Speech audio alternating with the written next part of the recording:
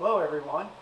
It's another great day here in Florida, and today we're going to be building a coffee table. And it's going to be an exciting project, 100% reclaimed wood processed here in the shop. We have some wood already that I think will work for this project. We have some other wood that I think we're going to have to process. So processing meaning denailing.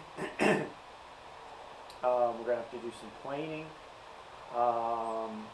May break out the joiner, get the joiner going.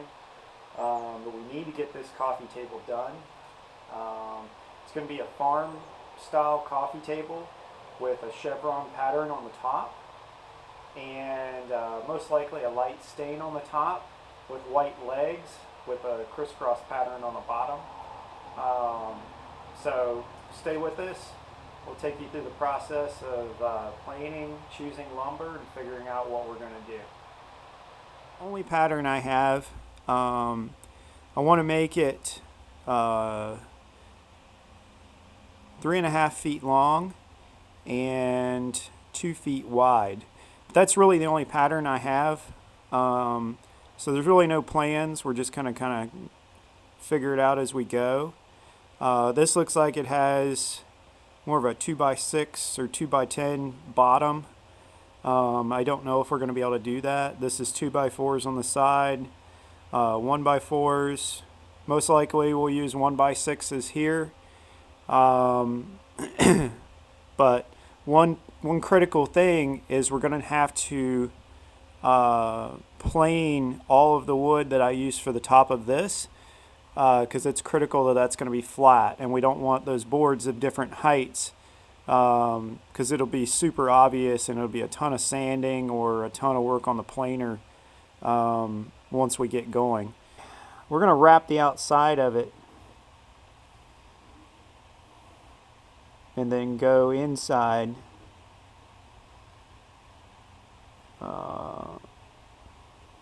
with slats. So we'll have a slat here, we'll have a slat here, and these can be anything. We're just going to nail to them, and a slat there, so that's going to be a top view. And then from the side we're going to have our legs, right?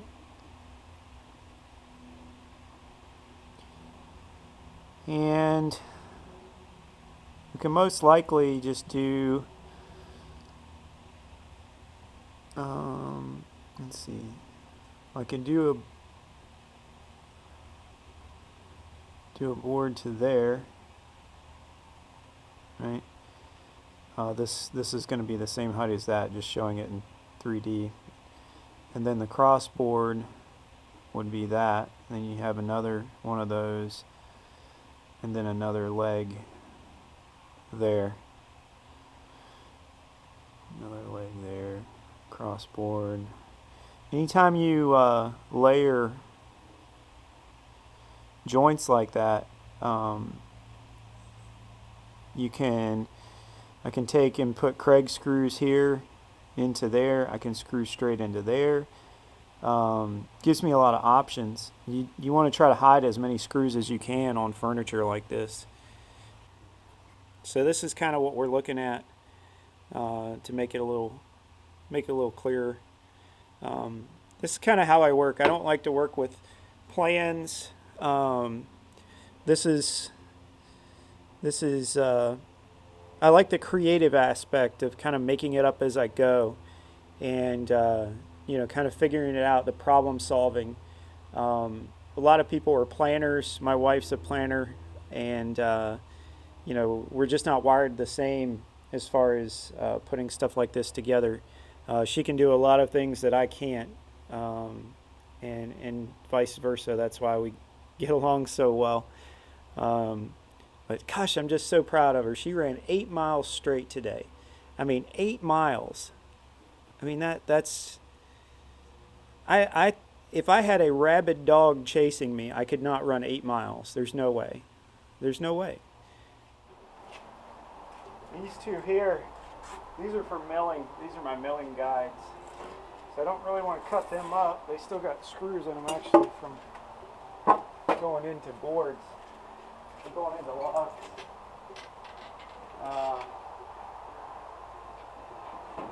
I've got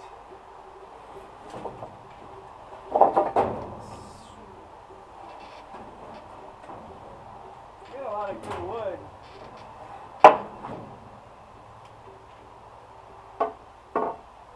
Being stored. Hey, there's a 2x4 there. 2x4.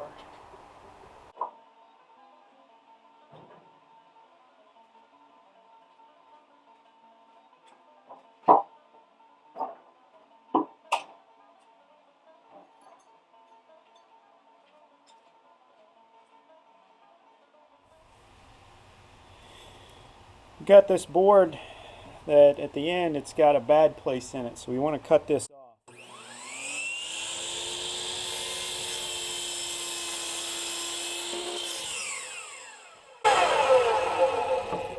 Well, this does have nails in it, so you want to check, make sure there's no nails before you start sawing, because what's going to happen is you're going to get disappointed really quick. You slam into a nail. This saw's nice enough. I got the laser on it. So 287. Right through that knot. 37. Okay. 37. Check for nails. We have nails. We have one nail, two nails. We're right in between nails at 37. 2 at 37. So, you know that deal, measure twice, cut once. We try to do that.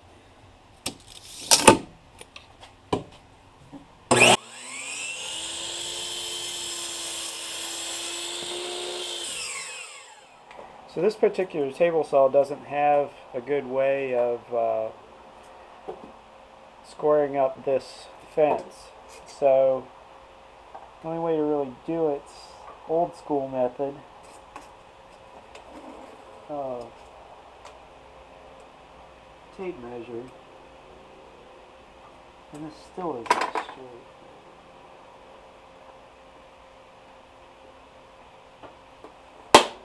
Somewhere there. I have to go by the blade because see, that's 3 1/16. Oh, way off. A little over 16. 3 1/16. Okay. The original method I used to use was this, where I would take and go off of the front here and try to square this up. And it's close, but it's nothing like your tape measure method here. Granted, it's only a 10-inch saw, but still, it does everything I need it to do. It's just a contractor portable saw. So, like I said, you don't have to have like the best equipment in the world if you want to make stuff. You just have to take care of your equipment. Okay, so we're going to be using a Craig jig, which is this guy. We need to set it up. Let's go get a scrap piece to set up our jig. Scrap piece. And what we want to do, you pinch these in and you can slide this out. And what we're setting is how this goes into the wood. So I think we're going to use a pretty long screw. So let's try this as our jig setting.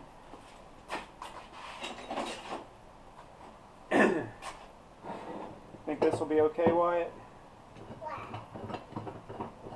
Think this setting will be okay? That's too loud. That's too loud. I need my ears for that. You need your ears on. I can't do it. You open them up like this and then put them on, okay? Okay. All right. Okay. Okay. We use Dun, this bit with a stop on it. dun, dun, dun, dun, dun, dun.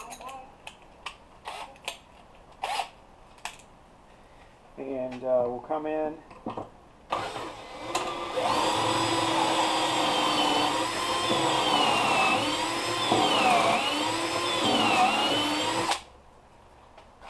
Okay, so that's our test hole. See, this is going to go in there like that, and it's going to protrude out, say that much. And you don't want this to come out the other side of your part. So we could actually go out another step. We're going out another step, Wyatt, okay? What? We're going to go out another step. Is that okay? What? What? What? Pretty cool little clamp. I like the, I don't know if that's factory, but I've never seen a clamp with this end like that. This is pretty chewed up. You can tell it's been on a welding table. But nevertheless, write your name on everything. Learned that in motorsports. Somebody will say, oh, that's my socket. No. I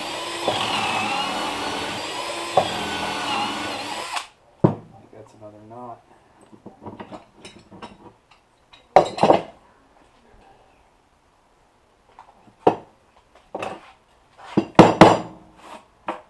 Okay, so now we have our pocket or Craig holes.